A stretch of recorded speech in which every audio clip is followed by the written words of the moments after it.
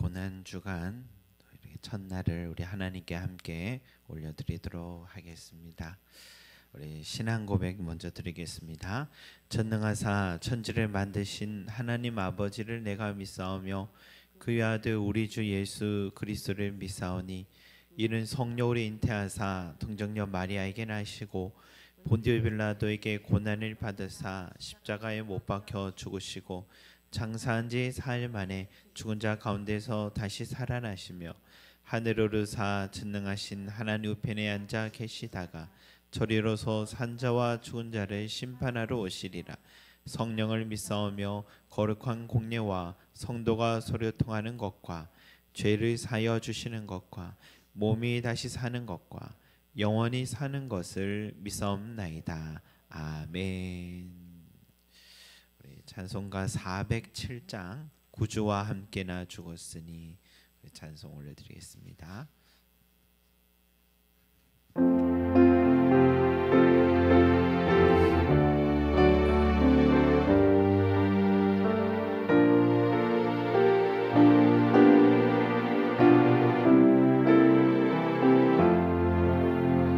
구주와 함께나 죽었으니 구주와 함께나 살았도다. 영광의 그날을 이르도록 언제나 주만 바라보리다. 언제나 주는 날 사랑하사 언제나 새 생명 주시나니 영광의 그날을 이르도록 언제나 주만 바라보리다.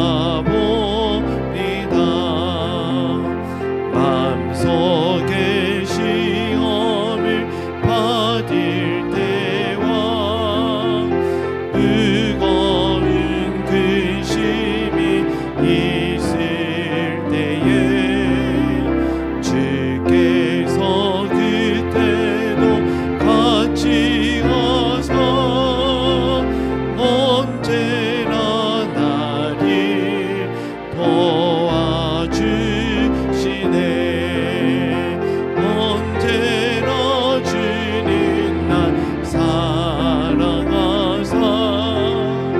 언제나 새 생명 주시나니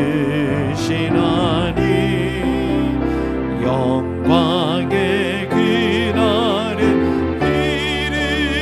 이르도록 언제나 주만 바라보리다. 뼈 아픈 눈물을 흘릴 때와 마음으로 탄식할 때 주께서 그때도 같이 하사 언제나 나를 생각하시네. 언제나 주는 날 사랑하사 언제나 새 생명 주시나니 영광의 그날을 도록 언제나 주만 바라보리다. 내 몸의 약함을 아시는 주 못 고칠 질병이 아직 없네. 괴로운 날이나 기쁜 때나 언제나 나와 함께 계시네.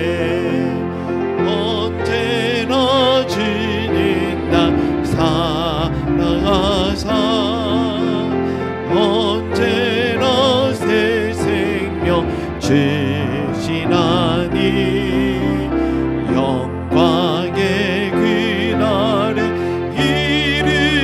이르도록 언제나 주만 바라봅니다.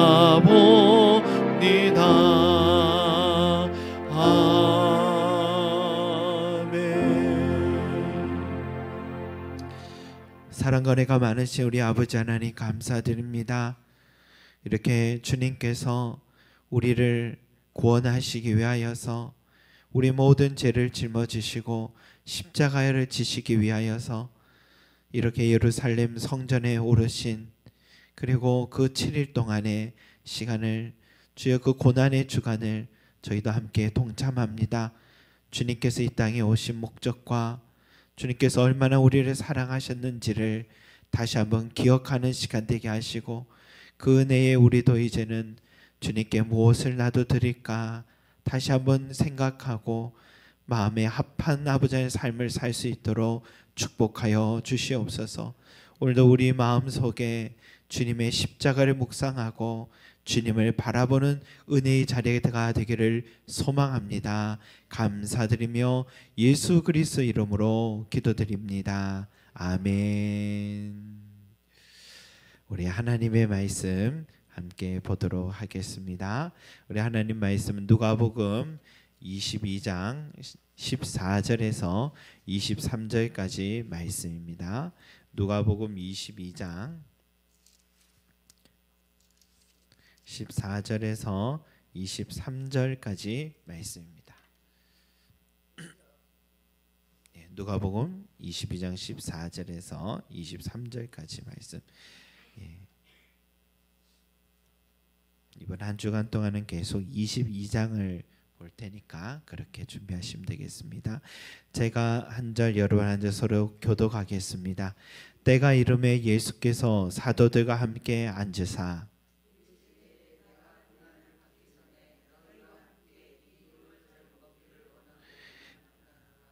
내가 너에게 이르노니 이 유월절이 하나님의 나라에서 이루기까지 다시 먹지 아니하리라 하시고,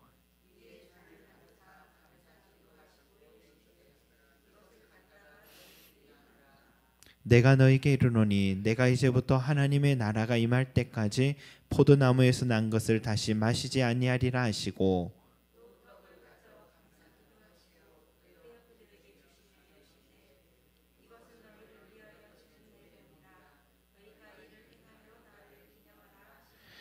저녁 먹은 후에 잔도 그와 같이 하여 이르시되 이 잔은 내 피로 세우는 새 언약이니 곧 너희를 위하여 붓는 것이라.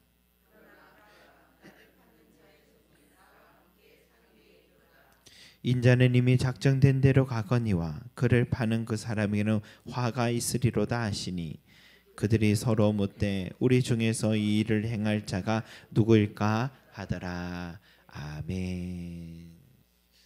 여러분, 우리 예수님께서 제자들과 이 마지막 유월절을 보내시기를 원하셨습니다. 원하고 원하였다라고 말씀하시는데요. 이제 곧 죽음을 앞두고서 더 이상 지난 시간과 또 그런 시간을 보낼 수 없음을 우리 주님은 잘 아셨기 때문입니다. 그런데 그 마지막 식사 시간이 유월절 식사의 시간이었다는 것이죠. 여러분, 유월절 식사의 관습은 먼저 새끼 순양을 성전에서 잡습니다. 그리고 제사를 드린 후에 그 고기는 가져와서 가족들과 함께 식사를 합니다. 구워서 식사를 하는데, 그 식탁에는 쓴 채소 그리고 포도주와 같은 과즙을 마시고 무교병이라는 이 누룩이 들어가지 않은 딱딱한 빵을 떼어 먹습니다. 이 음식의 유래는 출애굽기에서부터 시작하는데, 우리 이스라엘 백성들이 마지막 재앙을 앞두고 각 집마다 순양, 어린 순양을 잡아서 그 피를 문 임방에 바르면 또 그 고기를 가족들이 또 밤새 먹고 아침이 되도록 아무도 문 밖을 나오면 안 되었습니다. 그날 밤에 여호와의 신이 이 한밤에 문 앞에 양의 피가 발려 있는 집에는 그대로 넘어갔고 지나갔고, 피가 발려 있지 않은 애굽인들의 집에는 들어가서 그 집의 첫째 아들 장자 가축의 첫 새끼의 생명을 다 앗아갔습니다. 그 일로 인하여서 바로 왕의 첫째 아들도 죽었고 애굽 땅에는 통곡의 소리가 울려 퍼졌습니다. 결국 바로 왕은 이스라엘 백성들을 자유롭게 풀어준 것이죠. 그때 이 여호와의 신이 양의 피가 묻어 있는 이 이스라엘 백성들의 집을 넘어갔다고 유월이라는 말이 생겼고, 그래서 하나님의 명령대로 유월절을 지키기 시작했습니다. 매년 유월이 되면, 이 유월절이 되면 이스라엘 백성들은 지금까지도 양의 고기를 이렇게 먹고 있습니다. 그리고 출애굽 후 이 광야에서 고생을 했다고 고생의 떡이라고 누룩이 들어가지 않은 딱딱한 무교병을 먹는다고 이 무교절이라는 절기도 함께 생겨난 것이죠. 예수님은 이 제자들과 지금 6월절에 먹는 양고기, 무교병, 포도주를 나누고자 하십니다. 그런데 예수님이 하는 이 행위는 외관으로 보기에는 유대인들이 지키는 6월절의 식사법과 전혀 다르지 않았지만 그 식사의 의미만큼은 유대 전통과는 전혀 다른 의미를 해석하고 설명해 주고 계십니다. 우리 19절 다시 한번 함께 읽겠습니다. 시작. 또 떡을 가져 감사 기도하시고 떼어 그들에게 주시며 이르시되 이것은 너희를 위하여 주는 내 몸이라. 너희가 이를 행하여 나를 기념하라 하시고. 아멘. 여러분, 보통 유대인들은 가정의 아버지가 이때에 제일 먼저 떡을 탁 떼시면서 이 떡이 어떤 떡인지를 설명합니다. 우리 조상들이 하나님의 은혜로 출애굽을 했고 광야에서 돌며 고생했을 때 그때 먹었던 떡이다 하면서 우리도 이 떡을 먹으며 하나님의 돌보심을 우리도 잊지 말자 하는 의미를 설명해주고 이 떡을 나누어 줍니다. 그런데 오늘 예수님은 떡을 떼시면서 전혀 다른 말씀의 의미를 말씀하세요. 이것은 너희를 위하여 주는 내 몸이라. 너희를 위하여 주는 내 몸이라 하시면서 주님이 설명하며 떡을 떼어줬습니다. 또 20절에서도 포도주 잔도 드시고는 이렇게 말씀하세요. 이 잔은 내 피로 세우는 새 언약이니 곧 너희를 위하여 붓는 것이라 라고 해석을 설명하시는 것입니다. 그 포도주는 예수님 자신의 피라고 말씀하시고 그 피를 너희를 위해 흘린다, 붓는다라고 설명을 하고 계십니다. 한마디로 내가 6월절에 양이 되어서 너희를 위해 죽임을 당할 것이다.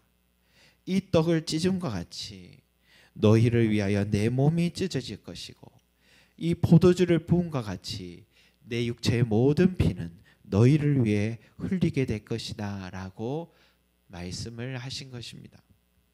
이 말씀대로 예수님은 식사하신 그날 밤에 도살장에 끌려가는 어린 양과 같이 군인들에게 끌려가 신문과 고문을 당하고 빵을 찢은과 같이 온몸이 난도질을 당하시고 높은 나무 장대에 십자가에 매달리셨고 포도주의 부음과 같이 십자가에서 더 이상 흘릴 피가 없어 죽임을 당하셨던 것입니다.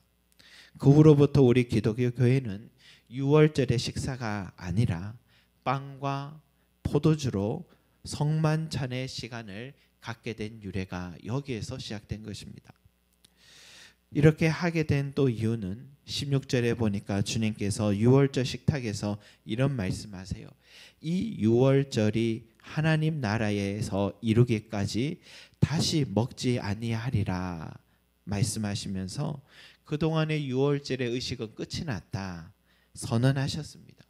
그리고 17절 후반에 이것을 갖다가 너희끼리 나누라 라고 말씀하시고 또 19절 후반에는 너희가 이를 행하여 나를 기념하라 라는 말씀대로 오늘까지 우리 모든 교회들은 예수님께서 가르쳐 주신 이 성만찬의 방식을 지키며 기념해 오고 있습니다. 그렇다면 여러분, 주님께서 무엇을 그렇게 기념하라 말씀하시나? 여러분, 절기가 되면요, 목회자가 떡과 포도주로 이것은 주님의 몸입니다, 이것은 주님의 피입니다 하고 나누어 드리며 그것을 받아 먹는 이 성찬식을 지키는 것, 이것이 주님을 기념하는 행위일까? 여러분, 나를 기념하라라는 것은 더 깊은 의미를, 차원의 의미를 갖고 말씀하신 것입니다. 바로 하나님께서 나를 얼마나 사랑하셨으면 자기 하나밖에 없는 아들을 내어주면서까지 나를 살리셨을까? 이것을 생각하고 기념하라라는 것입니다. 저도 부모로서 자식 때문에 마음고생을 해보니까 자식을 내어준 아버지 하나님의 마음이 어떤 것인가 다시 생각해 보게 돼요. 그 마음이 얼마나 아팠을까? 그 마음이 얼마나 힘드셨을까? 자식은 부모의 인격적 존재와 같아요. 그런 자식을 죽게까지 나를 사랑하셨다? 도대체 왜? 내가 뭐길래? 내가 하나님께 어떤 존재길래 내가 정말 그만한 가치가 있단 말인가? 라는 질문이 자연히 따라옵니다. 여러분, 지금은 그 어느 시대보다 풍요로운 시대를 우리 다 살고 있는데, 그런데도 그 어느 시대보다 참 고독한 마음을 갖고 살아가는 시대를 살고 있습니다. 그 원인이 뭔가 돌아보면 나는 누구인가? 라는 질문에 답을 얻지 못했기 때문입니다. 내가 얼마나 가치 있는 존재인가를 사람들은 알지 못합니다. 왜 그럴까 생각해 보니까 어릴 때부터, 학창 시절부터 늘 성적으로 비교를 되며 자라왔고, 외모로 평가를 받으며 자라왔고, 자산으로, 직장으로 비교되며 늘 살아오니까 아무도 나를 알아주는 사람 없고 내 존재 가치를 말해주는 사람이 없어서 늘 어릴 때부터 낮은 자존감으로 살아왔기 때문이 아닐까 생각해 왔습니다. 그런데 이 성경에서만큼은 한 번도 들어보지 못한 말을 합니다. 하나님이 나를 위해 아낌없이 독생자를 내어주셨다. 예수님이 나를 위해 자기 몸을 내어주셨고 자기 피를 부어주셨다. 성령님이 말할 수 없는 탄식으로 지금도 나를 위해 기도해 주고 계신다. 세상 그 어디에서도 들어보지 못한 말을 듣고 경험하지 못한 사랑을 이 성경은 우리에게 경험하게 해주고 있습니다. 여러분, 예수님께서 기념하라라는 것은 바로 그 사랑을 기억하라라는 것입니다. 내가 너를 얼마나 사랑하는가를 기억하라라는 것입니다. 내 몸과 피를 다 쏟아도 아깝지 않을 만큼 너는 소중한 존재고 사랑받을 자임을 기억하라라는 것입니다. 내가 고아와 같이 너를 버려두지 않겠다 말씀만큼 너를 사랑하고 책임질 것임을 기억하라라는 것입니다. 예수님은 이 사실을 지금 말하고 싶어서 떡을 떼고 포도잔을 전하며 내가 너를 이토록 사랑한다라고 말씀하고 계시는 것입니다. 여러분, 사람도요, 이 사람의 칭찬, 존중, 사랑을 받아도 사람의 마음과 삶이 회복되고 시작됩니다. 그런데 우리는 온 우주의 주인이신 예수 그리스도의 사랑을 받고 있고, 그분이 나를 위해 자기 몸까지 내어주실 만큼 사랑하신다는 것을 깨달을 때에 얼마나 큰 감격과 삶의 변화가 일어나겠습니까? 하나님이 세상을 이처럼 사랑하사 독생자를 주셨으니 라고 이 말씀을 하셨을 때 그 말을 제일 먼저 들은 사람이 그날 밤 니고데모였습니다. 니고데모는 그 사랑을 깨닫고 인생관이 바뀌기 시작했어요. 바리새인의 우두머리였음에도 불구하고 마지막 주님의 장사를 지내는 일에 앞장을 선 사람이 니고데모였습니다. 바울은 주님의 음성을 직접 듣고부터는 예수쟁이들을 잡으러 다니던 삶이었는데 예수님을 전하는 인생으로 바뀌며 그는 이렇게 고백합니다. 내가 너희 중에서 예수 그리스도와 그가 십자가에 못 박히신 것 외에는 아무것도 알지 아니하기로 작정하였음이라 하며 주님의 그 사랑을 아는 것 말고는 내가 아무것도 원치 않는다고 말을 했습니다. 삭개오도 아무도 자신을 인정해 주지 않고 찾아와 주지 않는데 주님이 자기의 집을 찾아와 주시고 그 사랑을 전해 주셨을 때 그는 돈이 인생의 전부라 했던 사람이 그 돈을 이제는 주님이 기뻐하시는 곳으로 흘려보내는 인생이 되었습니다. 사람 만나기도 싫어하던 그 영적으로 사회적으로 고립되었던 우물가 여인이 주님의 사랑을 깨닫고는 물동이 던지고 동네로 달려가 예수님을 전하기 시작했습니다. 여러분, 성경에는 모두 다 주님의 사랑을 깨달은 자들의 이야기로 가득합니다. 여러분, 신앙생활 할 때에 우리 주님의 은혜와 사랑을 깊이 묵상하는 것이 참 중요합니다. 그런 사람은 헌신하라고 말하지 않아도 기쁨으로 헌신하고 전도하라고 말하지 않아도 삶 속에서 늘 예수님의 이름을 전하고 살아갑니다. 우리 어제 세례를 받으신 우리 강현태 성도님을 전도하신 이관영 권사님이 그 권사님의 진심이 늘 있었기 때문에 우리 강현태 성도님의 어제 그 세례식까지 여러분 이루어지게 된 거 아닌가 생각됩니다. 그저 옆에 교회가 있다 소개하고 끝난 게 아니라 함께 만날 때마다 진심으로 친구가 되어서 교회 생활을 늘 조언해주고 세례 받는다고 그렇게 기쁨으로 축복하는 그런 진심이 이런 결실을 맺게 하는데, 그런데 그런 마음이 어디에서 흘러나오는가? 주님의 사랑을 깊이 깨달은 사람에게 생겨난다라는 것입니다. 사랑하는 성도 여러분, 고난주간을 시작하며 정말 나의 신앙을 한번 돌아봐야 되겠습니다. 주일 예배 한 번도 안 빠졌다고 내 신앙 건강한 한 줄로만 생각하면 안 됩니다. 성찬식을 자주 참여했다고 교회가 건강한 교회다 생각해서도 안 됩니다. 학교 매일 출석한다고 다 집중하고 공부하는 것은 아닌 것과 같은 거죠.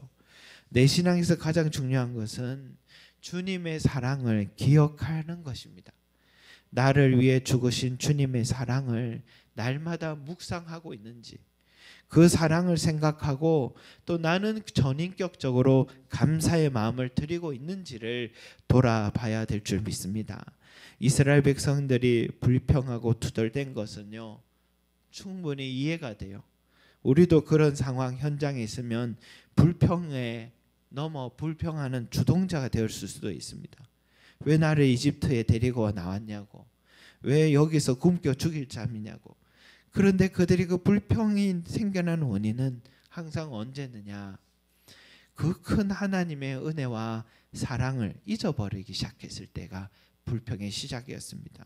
저도 사역을 하다 보면 불평이 나올 때가 많이 있어요. 그런데 그때를 보면은 항상 주님께서 내게 주신 그 사랑을 망각할 때, 내가 너를 사랑한다, 내가 너를 위해서 이런 은혜를 베풀었다는 것을 깨닫지 못할 때, 망각해버렸을 때 내 입술에서는 불평하고 남탓하고 있더라고요. 성도 여러분, 주님의 사랑 꼭 기억하시기 바랍니다. 그 사랑 날마다 묵상하시기 바랍니다. 자기를 다 쏟으신 주님 사랑을 묵상하면요, 나의 구원인 전적인 주님의 희생으로 말미암은 것을 깨닫고 교만하거나 자랑하지 않습니다.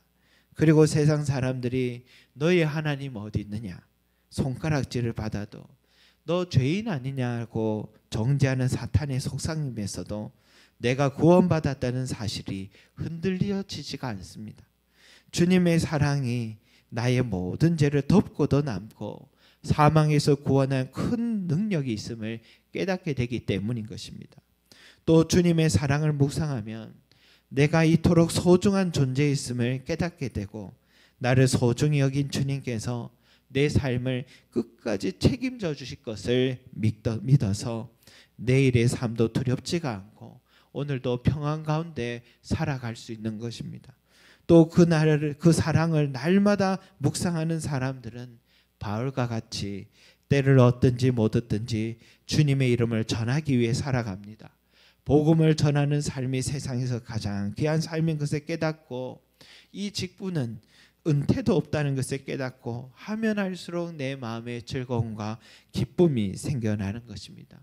그리고 삶의 목적과 의미를 느끼게 해줍니다. 이런 사람들은요, 오늘도 출근해야 되나, 오늘도 일을 해야 되나 라며 이 삶의 현장을 무거운 짐으로 여기지 않고 바로 그 현장이 복음을 전하는 그 삶의 장소다라고 생각하기 시작합니다. 그래서 세상에서 가장 귀한 삶을 살아가는 인생이 되는 것입니다. 여러분, 이처럼 우리 속림 제작에 온 성도들은 자기의 몸과 그 피를 다 쏟으신 주님의 사랑을 기억하고 기념하는 자가 되어서 그 주님의 희생이 헛되지 않는 복된 자들이 되시기를 간절히 소망합니다.